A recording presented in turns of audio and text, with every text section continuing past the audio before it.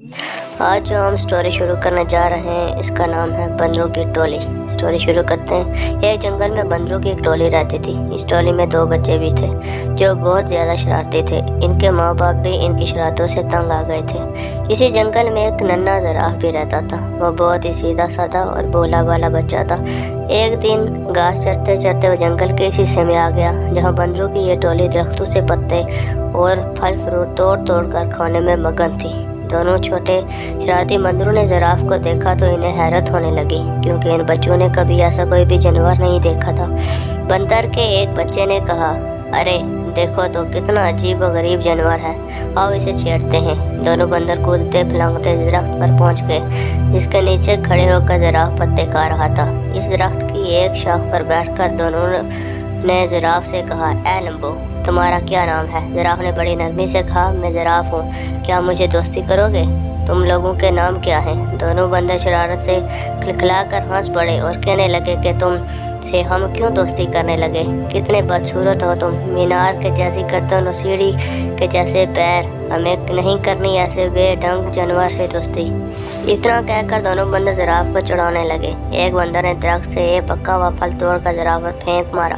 پھل زراف کے منہ پر لگ کر پھوٹ گیا اور اس کا رس اور گودا زراف کے چہرے پر پھیل گیا۔ یہ دیکھ کر دونوں بندر کہکا مار کر ہنسنے لگے اور کودتے پھلانگتے وہاں سے بھاگ گئے۔ زراف بیچارہ رو رہا ہو کر رہ گیا اور منہ لٹکائے وہاں سے چلا گیا۔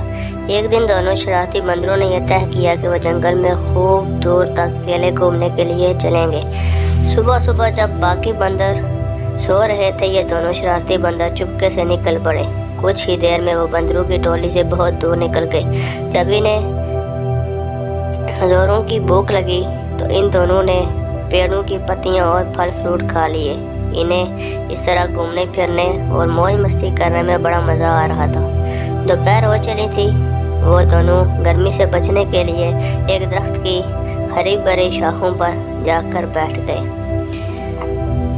اس درخت کے نیچے ایک شیر آرام کر رہا تھا۔ پیڑ کے آس پاس ایک بڑا ہرا بھرا میدان تھا۔ میدان کے کنارے ایک ندی بہہ رہی تھی۔ بندر اس سہانے منظر میں ایسا کھوئے کہ انہیں اس بات کا احساس ہی نہ ہوا کہ یہاں ایک شیر بھی موجود ہے۔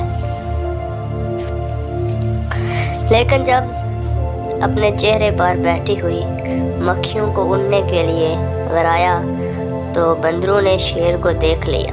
شیر کو دیکھتا ہی وہ بری طرح ڈر گئے۔ کچھ ہی دیر بعد انہیں یہ محسوس ہوا کہ ہم درخت کے اوپر محفوظ ہیں کیونکہ ان کے اندر شرارت کوٹ کوٹ کر بھری ہوئی تھی، اس لیے یہاں بھی انہیں شرارت سوجنے لگی۔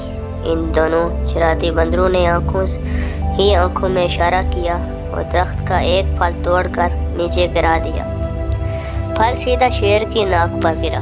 شیر نے غصے سے دہاڑتے ہوئے ادھر ادھر دیکھا۔ جب اس نے اوپر کی طرف دیکھا تو اس کی نظر بندروں پر پڑی۔ بندر کھی کھی کر کے ہنس رہے تھے لیکن وہ زیادہ دیر تک نہ ہنس سکے کیونکہ شیر آپے سے باہر ہو رہا تھا۔ اس نے گرجدار آواز میں دہاڑتے ہوئے کہا، کیا تمہیں معلوم نہیں میں اس جنگل کا راجہ ہوں؟ فوراً اس درخت سے نیچے اترو، میں تم دونوں کو کھا کر اس گستاخی کی سزا دوں گا۔ بندروں کو پھر ہنسی آ گئی۔ انہیں یقین تھا کہ ہم درخت پر محفوظ ہیں۔ شیر ان کو اس طرح دوبارہ ہنستے ہوئے دیکھ کر غصے سے آگ بگولا ہو گیا اور اپنے پیروں کو سمیٹ کر اسپرنگ کی طرح تیزی سے اچھلا۔ ان دونوں شرارتی بندروں نے دیکھا کہ شیر کا جبڑا کھلا ہوا ہے اور اس کے تیز نوکیلے دانت ان کی طرف ہیں اور وہ بڑی تیزی سے اچھلتے ہوئے بالکل ان کے قریب آ گیا ہے۔ دونوں بندروں کے تو ہوش ہی اڑ گئے اور ان کی ساری شرارت دری کی دری رہ گئی۔ وہ دونوں ڈر کے مارے ایک دوسرے سے بری طرح لپٹ گئے۔ شیر نے چھلانگ تو بہت اچھی لگائی تھی لیکن جس شاخ پر وہ دونوں بندر بیٹھے ہوئے تھے شیر وہاں تک نہیں پہنچ سکا۔ شیر نے دوبارہ زبردست چھلانگ لگائی۔ بندروں کی حالت بڑی پتلی ہو گئی تھی۔ وہ ڈر کے مارے چیخنے چلانے لگے لیکن وہاں ان کی بکار سننے والا کوئی بھی نہیں تھا۔ وہ دونوں اپنی ٹولی اور اپنے ماں باپ کی اجازت کے بغیر بھاگ کر آئے تھے۔